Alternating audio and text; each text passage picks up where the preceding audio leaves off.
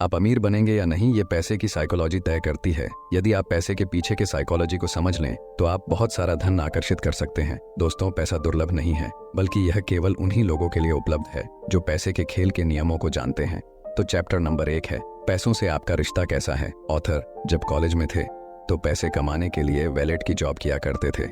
जहां वो जॉब करते थे वो लॉस एंजलिस का एक आलीशान और मनहगा होटल था। एक बार वहां एक गेस्ट आया जो अक्सर उस होटल में आया करता था। वो लड़का एक टेक्नोलॉजी एग्जीक्यूटिव था और काफी तेज दिमाग वाला था। सिर्फ 20 साल की उम्र में ही उसने वाईफाई राउटर के लिए एक की कंपोनेंट डिजाइन करके उसे पेटेंट करवा लिया था। उस यंग मिलेनियर ने कई सारी टेक कंपनी स्टार्ट की और बाद में उन्हें बेच दिया। वो काफी ज्यादा सक्सेसफुल था, लेकिन पैसे के मामले में वो थोड़ा अनलकी था। वो लड़का जहां भी जाता अपने साथ नोटों की गड्डी रखता था और जो भी उसके साथ बात करता उसे वो ये पैसे दिखाता था। वो शराब पीकर बड़ी बड़ी डींगे मारता था। एक दिन उस आदमी ने गाड़ी पार्क करने वाले गार्ड को बुलाया और उसे कुछ नोट देकर पास वाली दुकान में जाने का ऑर्डर दिया। गार्ड को नोट के बदले दुकान वाले ने कई 1000 सोने के सिक्के दिए और वो जवान लड़का सारे कॉइन्स को समुद्र में फेंक दिया। उसने अपने दोस्तों को भी बुला लिया और सब ने मिलकर वो कॉइन्स समुद्र में ऐसे फेंक दिए जैसे कोई तालाब में पत्थर फेंकता है। उसके कुछ दिनों बाद एक दिन वो यंग मिलेनियर गलती से होटल के लैंप से टकरा गया। मैनेजर ने उसे कहा कि लैंप की कीमत $500 है, तो उस लड़के ने तमाशा खड़ा कर दिया। उसने अपने जेब से पैसे निकालकर मैनेजर के मुंह पर दे मारे और बोला, ये रहे $5000 और अब दोबारा मुझे अपनी शक्ल मत दिखाना। शायद आप सोच रहे होंगे कि ये कहानी सच है क्या? शायद आप सोच रहे होंगे कि उस यंग मिलेनियर का क्या हुआ होगा। जी हाँ, ये स्टोरी एकदम सच है और इस कहानी के अंत में उस जवान लड़के का दिवाला निकल जाता है। उसने कुछ ही सालों में जो कुछ कमाया था सब उड़ा दिया। उसके सारे पैसे खत्म हो गए और उसके यार दोस्त भी उसे छोड़कर चले गए। देखिए, पैसे से आप सब कुछ खरीद सकते हैं, पर एक अच्छा व्यवहार नहीं खरीद सकते हैं। फाइनेंशियल सक्सेस एक ऐसा स्किल है जिसे कोई भी सीख सकता है। ये एक यूनिक फील्ड है जहां आपकी नॉलेज से ज्यादा आप कैसे बिहेव करेंगे ये ज्यादा मायने रखता है। फाइनेंस की फील्ड पैसे की साइकोलॉजी समझने का तरीका है। आप चाहे जहां से भी हो, जैसे भी हो, पैसा आपका दिमाग बड़ा बना देता है। बस आपको हमेशा अलर्ट रहने और ध्यान देने की जरूरत है। हर कोई अमीर बन सकता है, पर हर कोई पैसे से अच्छा रिश्ता नहीं बना सकता है। यदि आपको जिंदगी भर अमीर बने रहना है तो आपको अपने पैसे के साथ अच्छा व्यवहार रखना होगा। चैप्टर नंबर 2 है, भाग्य और जोखिम। भाग्य और जोखिम भाई भाई हैं। ये दोनों इस वास्तविकता का प्रमाण हैं कि जीवन में हर नतीजा व्यक्तिगत प्रयास के अलावा और अन्य ताकतों पर भी निर्भर करता है। चलिए इसे बिल गेट्स की कहानी से समझते हैं। कोशिशों से आपके नतीजे तय होते हैं, लेकिन किस्मत और जोखिम भी इसमें एक बहुत महत्वपूर्ण भूमिका निभाते हैं। बिल गेट्स उन चुनिंदा हाई स्कूल में पढ़े जहां 1968 में कंप्यूटर हुआ करते थे। अगर शिक्षक बिल डुल की कोशिश नहीं होती तो $3000 का कंप्यूटर नहीं खरीदाता। बिल गेट्स खुद ये चीज मानते हैं कि अगर लेक साइड स्कूल नहीं होता तो आज माइक्रोसॉफ्ट भी नहीं होता। लेक साइड में 3 बहुत बहरीन कंप्यूटर स्टूडेंट्स जो आपस में दोस्त भी थे, बिल गेट्स, पॉल एलन और केंट एवंस। केंट एवंस को भी सक्सेस मिलना तय था, लेकिन उनकी ग्रेजुएशन से पहले ही एक पर्वतारोहण दुर्घटना में मौत हो गई। इसे एक दुर्भाग्य के उदाहरण के तौर पर देखा जा सकता है।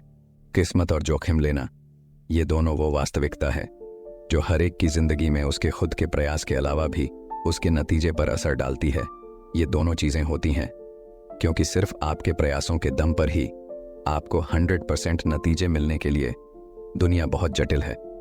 किसी ऐसी घटना का जो आपके कंट्रोल में नहीं है, उसका भी आपके ऊपर अच्छा खास प्रभाव पड़ सकता है।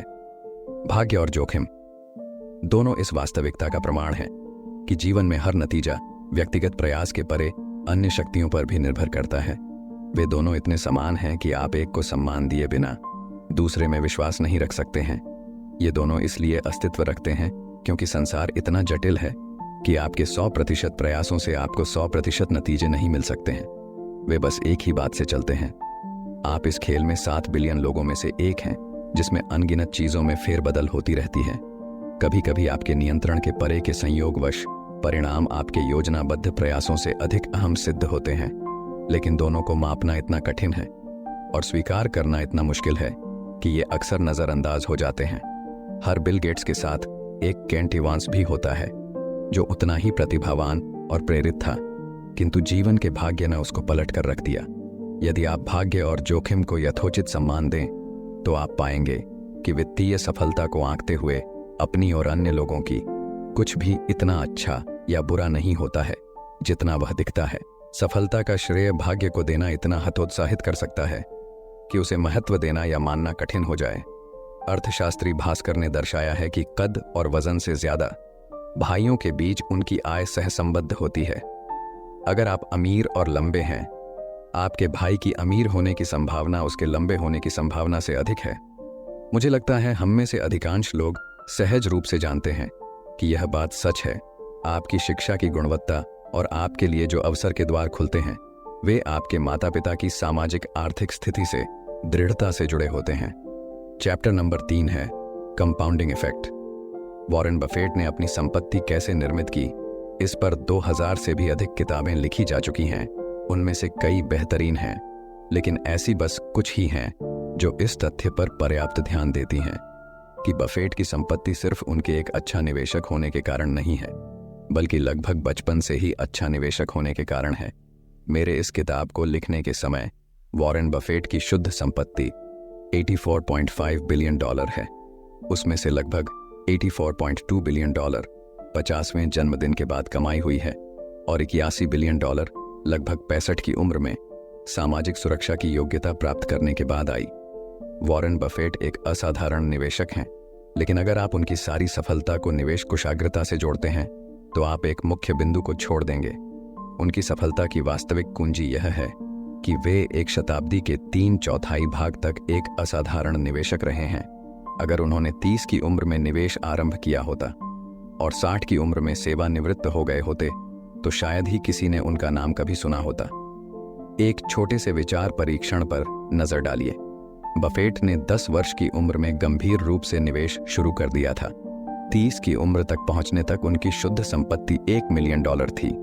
लेकिन अगर वे कोई सामान्य व्यक्ति होते जिसने अपनी किशोरावस्था और युवावस्था दुनिया घूमते हुए अपनी अभिलाषा ढूंढते हुए बिताई होती और 30 की उम्र में उनकी शुद्ध संपत्ति मान लीजिए 25,000 होती, और मान लेते हैं कि वे फिर भी असाधारण वार्षिक निवेश प्रतिफल कमाने में सक्षम रहते जो उन्होंने उत्पन्न किया है 22% प्रतिवर्ष, लेकिन 60 की उम्र में निवेश करना छोड़ देते जिससे वो गोल्फ खेल सकें और अपने नाती पोतों के साथ समय बिता सके, तो आज उनकी शुद्ध संपत्ति $84 बिलियन न होकर $12 मिलियन होती।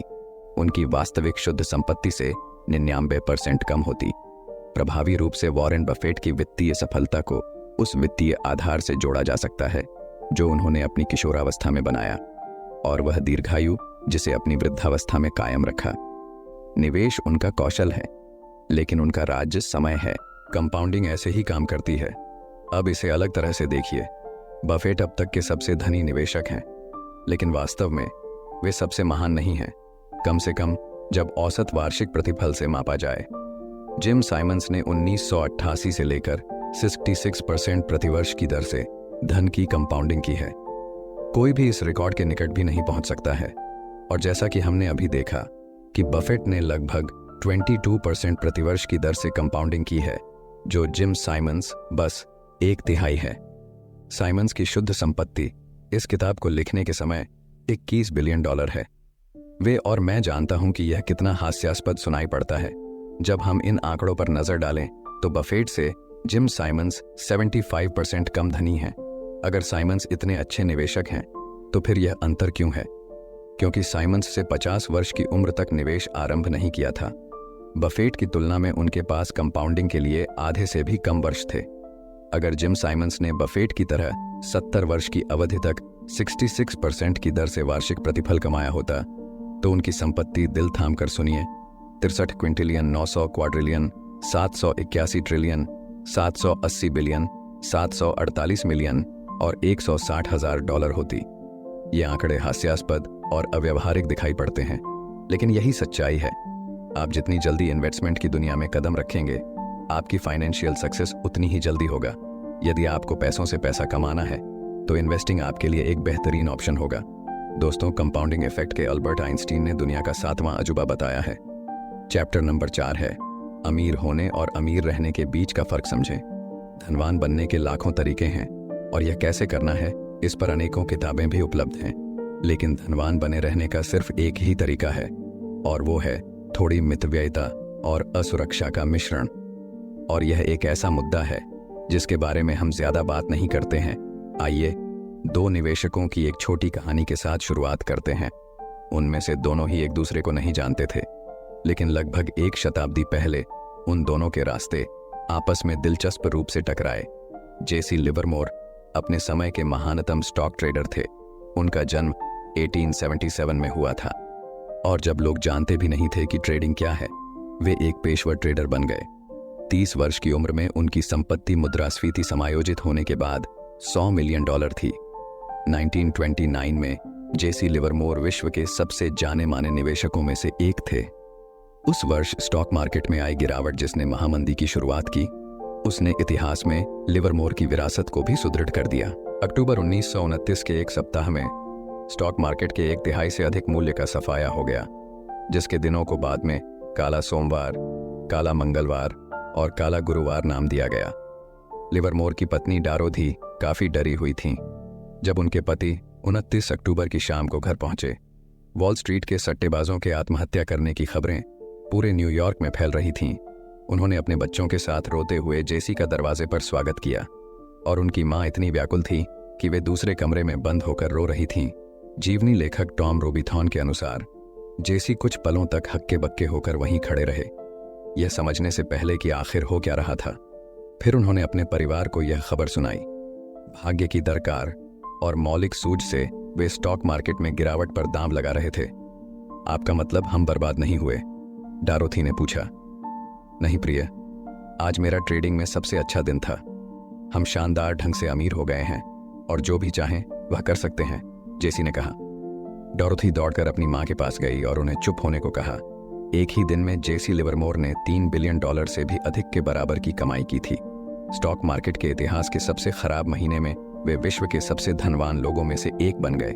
जब लिवरमोर का परिवार इस अद्भुत सफलता का जश्न मना रहा था, एक दूसरा व्यक्ति निराशा में वॉल स्ट्रीट की गलियों में भटक रहा था। अब्राहम जर्मांस्की एक करोड़पति रियल एस्टेट निर्माता थे, जिन्होंने 1920 के तूफानी दशक में काफी समृद्धि प्राप्त की। जैसे ही अर्थव्यवस्था तेजी से बढ़ी, उन्होंने वही किया जो वस्तुतः हर दूसरे सफल न्यूयॉर्क निवासी ने किया। स्टॉक मार्केट की बढ़ती कीमत पर जमकर दांव लगाया। 26 अक्टूबर 1929 को द न्यूयॉर्क टाइम्स ने एक लेख प्रकाशित किया, जिसने 2 पैराग्राफ में एक दुखद अंत दर्शाया कि अब्राहम जर्मांस्की दिवालिया होने पर पूरी तरह से बर्बाद हो गए और दूसरी तरफ जेसी लिवरमोर दुनिया के सबसे अमीर इंसान बन गए। यहां हम एक अंतर देख सकते हैं। अक्टूबर 1929 की गिरावट ने जेसी लिवरमोर को विश्व के सबसे धनवान लोगों में से एक बना दिया, वहीं इसने अब्राहम जर्मांस्की को बर्बाद कर दिया और शायद उनकी जान भी ले ली। लेकिन अगर 4 साल आगे बढ़े तो इनकी कहानियां फिर एक दूसरे से टकराती हैं। अपने 1929 के व्यवसाय के बाद लिवरमोर ने अधिक आत्मविश्वास से और बड़े से बड़ा निवेश किया। यह उनके सर से ऊपर चला गया और वे बढ़ते कर्ज में डूब गए और फलतः स्टॉक मार्केट में सब कुछ गंवा बैठे। दिवालिया और शर्मिंदा होकर वे 1933 में 2 दिनों के लिए गायब हो गए। उनकी पत्नी उन्हें ढूंढने निकली। जेसी लिवरमोर पार्क एवेन्यू में रहने वाले स्टॉक मार्केट ऑपरेटर लापता हैं और उन्हें कल दोपहर 3 बजे से देखा नहीं गया है।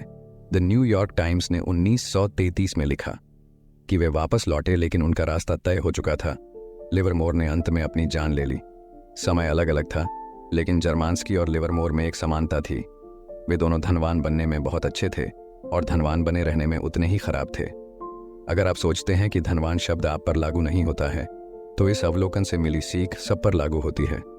दोस्तों, संपत्ति प्राप्त करना एक बात है और इसे बनाए रखना दूसरी बात है। आपकी कामयाबी इस बात पर निर्भर नहीं करती है कि आप कितना जल्दी अमीर बनते हैं, बल्कि इस बात पर निर्भर करती है आप कितने देर तक अमीर बने रहते हैं।